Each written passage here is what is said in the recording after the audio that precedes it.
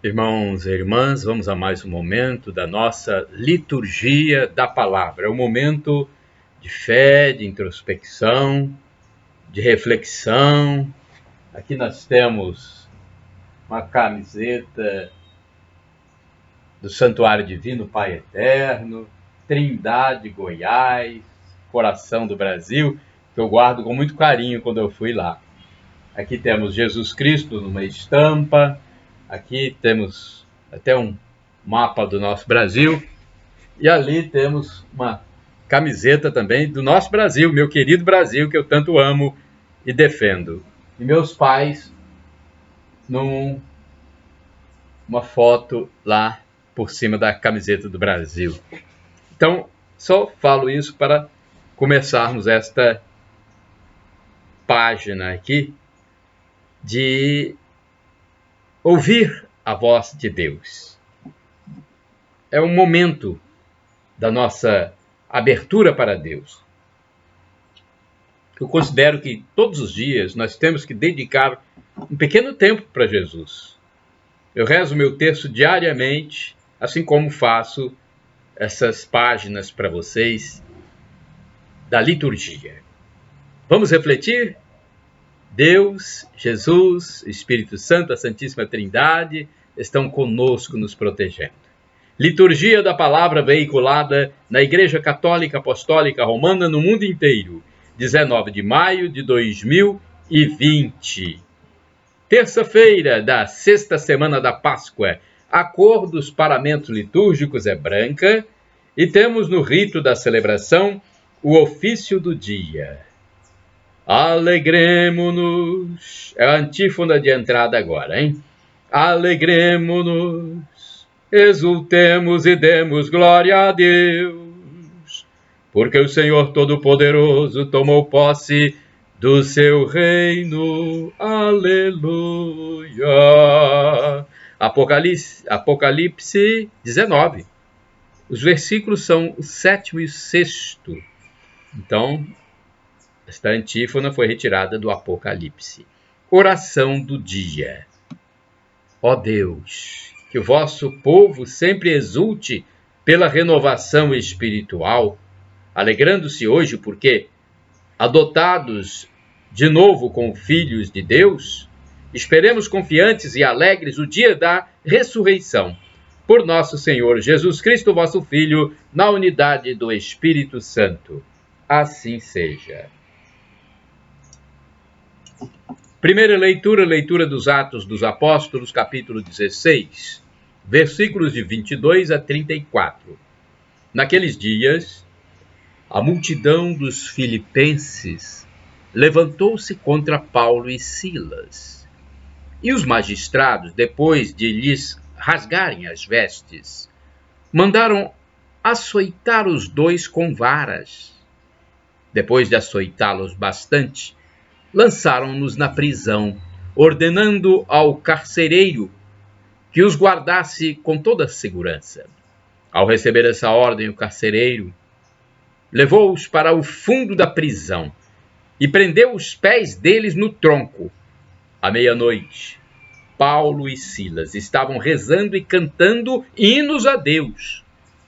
Os outros prisioneiros os escutavam. De repente houve um terremoto tão violento que sacudiu os alicerces da prisão. Todas as portas se abriram e as correntes de todos se soltaram. O carcereiro acordou e viu as portas da prisão abertas. Pensando que os prisioneiros tivessem fugido, puxou da espada e estava para suicidar-se. Mas Paulo gritou com voz forte: não te faças mal algum. Nós estamos todos aqui. Então o carcereiro pediu tochas, correu para dentro e, tremendo, caiu aos pés de Paulo e Silas. Conduzindo-os para fora, perguntou: senhores, que devo fazer para ser salvo? Paulo e Silas responderam: crê no Senhor Jesus e sereis salvos, tu e todos os de tua família. Então Paulo e Silas anunciaram a palavra do Senhor ao carcereiro e a todos os de sua família. Na mesma hora da noite, o carcereiro levou-os consigo para lavar as feridas causadas pelos açoites e imediatamente foi batizado junto com todos os seus familiares. Depois fez Paulo e Silas subirem até sua casa e preparou-lhes um jantar e alegrou-se com todos os seus familiares por ter acreditado em Deus. Palavra do Senhor, graças a Deus. Agora temos o Salmo responsorial. É o 138, versículos do 1º ao 2º A, 2º BC ao 3º, versículo 7C ao 8º, e o refrão é com o versículo 7º C. Ó Senhor, me estendeis o vosso braço e me ajudais. Vamos repetir? Ó Senhor, me estendeis o vosso braço e me ajudais. Ó Senhor, de coração eu vos dou graças, porque ouvistes as palavras dos meus lábios. Perante os vossos anjos vou cantar-vos, e ante o vosso templo vou prostrar-me. Ó Senhor, me estendeis o vosso braço e me ajudais.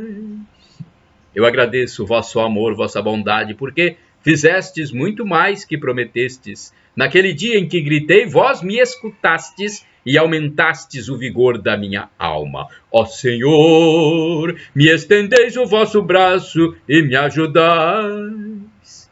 Estendereis o vosso braço em meu auxílio, e havereis de me salvar com vossa destra. Completai em mim a obra começada. Ó Senhor, vossa bondade é para sempre. Eu vos peço, não deixeis inacabada esta obra que fizeram vossas mãos. Ó Senhor, me estendeis o vosso braço e me ajudais. Repitamos. Ó Senhor, me estendeis o vosso braço e me ajudais. Aclamação ao Santo Evangelho.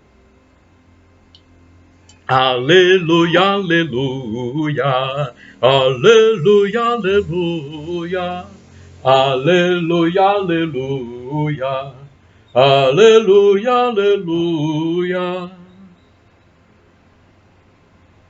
Eu hei de enviar-vos o Espírito da verdade. Ele vos conduzirá a toda a verdade. Ele vos conduzirá a toda a verdade.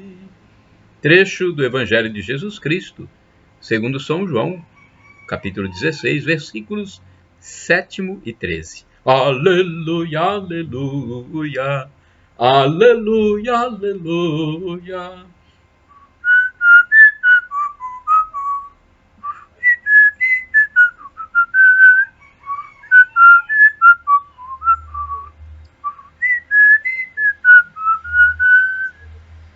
Evangelho de Jesus Cristo segundo São João, capítulo 16, versículos do 5 ao 11. O Senhor esteja convosco, Ele está no meio de nós. Proclamação do Evangelho de Jesus Cristo segundo São João. Glória a vós, Senhor. Pelo sinal da Santa Cruz, livra-nos Deus nosso Senhor dos nossos inimigos. Naquele tempo, disse Jesus aos seus discípulos: Agora vou para aquele que me enviou, e nenhum de vós me pergunta: para onde vais? Mas, porque vos disse isto, a tristeza encheu os vossos corações. No entanto, eu vos digo a verdade. É bom para vós que eu parta. Se eu não for, não virá até vós o defensor. Mas se eu me for, eu vô-lo mandarei. E quando vier, ele demonstrará ao mundo em que consistem o pecado, a justiça e o julgamento. O pecado, porque não acreditaram em mim. A justiça, porque vou para o Pai, de modo que não mais me vereis. E o julgamento, porque o chefe deste mundo já está condenado. Palavra da salvação. Glória a vós, Senhor. Vamos à liturgia comentada. É uma reflexão de Antônio Carlos Santini, liderança da comunidade católica Nova Aliança, e-mail santini@novaalianca.com.br. Para onde vais? João 16, versículos de 5 ao 11. Esta é a pergunta que os discípulos não fizeram a Jesus. Para onde vais? Afundados na tristeza da notícia da partida do Mestre, paralisados pela iminência da separação, eles emudeceram e não perguntaram nada. Eis o grave perigo. Quando deixamos de perguntar, como receberemos a resposta? Isso explica, talvez, que tantos cristãos se afastem da palavra de Deus. É que a leitura habitual da Bíblia nos leva a questionar e fazer perguntas. E como nos diz Jesus, a quem bater a porta será aberta. A quem bater, a porta será aberta. Mateus, capítulo 7, versículo também 7. Mas existe uma disposição interior, obviamente má, que nos adverte do risco que nós corremos quando fazemos perguntas a Deus. Não se faz isto impunemente. Quem leu a obra monumental do romancista polonês Henryk Sienkiewicz, eu não sei a pronúncia correta, hein? Sienkiewicz, não sei realmente. Henryk, eu acho que está correto. Nasceu em 1846 e morreu em 1916. Quem leu essa obra desse romancista polonês sabe que a mesma pergunta acabou saindo da boca de Simão Pedro. Já em Roma, desanimado diante das dificuldades e da perseguição de Nero, o primeiro papa se dispunha a deixar a cidade. Segundo a antiga tradição, anotada nos livros não canônicos, Pedro vê que Jesus, na mesma estrada, vem trazendo a cruz nos ombros para entrar em Roma. É quando Pedro, surpreso pela presença de Cristo, pergunta: Quo vadis Domini? Quo vadis Domini? Para onde vais, Senhor? Quo vadis Domini? E Jesus responde que caminha para ser novamente crucificado, desta vez na capital do império. A visão foi suficiente para que o apóstolo voltasse a Roma e morresse na cruz como seu mestre. Este é um tempo difícil para a igreja. Na verdade, cada época tem suas dificuldades próprias. Jesus teve a oposição dos saduceus. Paulo enfrentou a espada romana. Os mártires de Nagasaki foram mortos pelo shogun de Kokukama. Perdoe, mas eu não conheço essa expressão. Os mártires de Nagasaki, Nagasaki sim, uma cidade japonesa. Eles foram mortos pelo shogun de Kokukama. Maximiliano Kolbe foi vítima do nazismo. Entretanto, vejo os tempos modernos como ainda mais arriscados, pois a perseguição frontal é ardilosamente substituída pela cooptação, o aliciamento, a propaganda, a sedução do dinheiro, do sexo e do poder, exatamente os antípodas da pobreza, da castidade e da obediência, os três conselhos evangélicos. Hoje, os adversários da igreja se disfarçam de fornecedores, traficando um anti-evangelho embalado em celofane, venenosos bombons.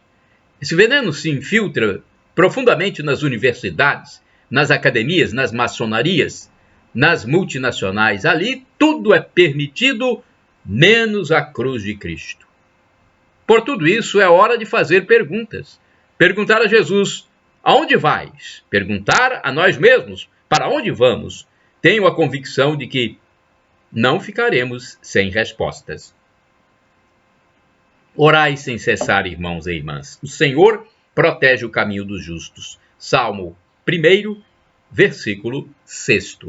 Santo do dia. Vamos ao santo do dia? Eu só quero adiantar a vocês que podem divulgar livremente essas minhas imagens, porque foi Jesus quem mandou: ide pelo mundo e evangelizai. O que de graça recebestes, deem também de graça. Eu gravo e coloco no meu facebook.com/Paulo Maciel da rádio, canal no YouTube Paulo Roberto Maciel e no blog repórterpaulomaciel.blogspot.com. Santo de hoje é um texto do padre Evaldo César de Souza, da Congregação do Santíssimo Redentor. Ele escreve para o site a12.com. 19 de maio é dia de São Pedro Celestino. Pedro nasceu em 1215 na Itália, filho de pais camponeses.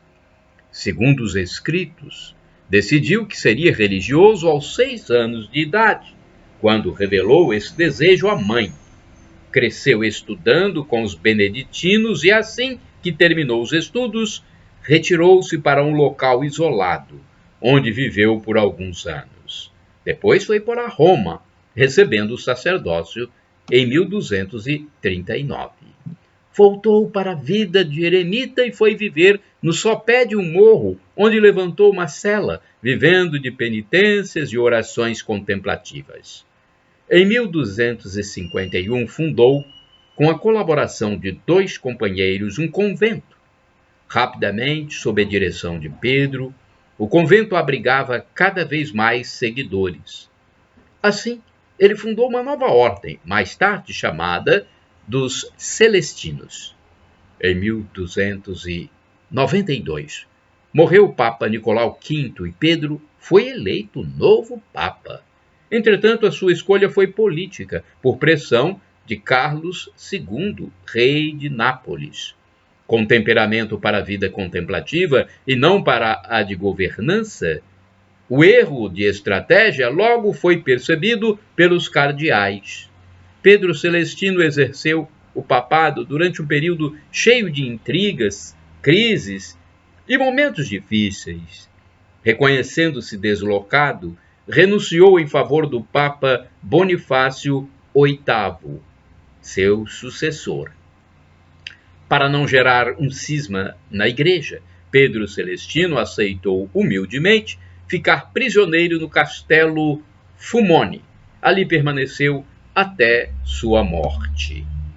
10 meses depois do seu confinamento, Pedro Celestino teve uma visão e ficou sabendo o dia de sua morte. Assim, recebeu os santos sacramentos e aguardou por ela, que chegou exatamente no dia e momento previstos, 19 de maio de 1296. Reflexão.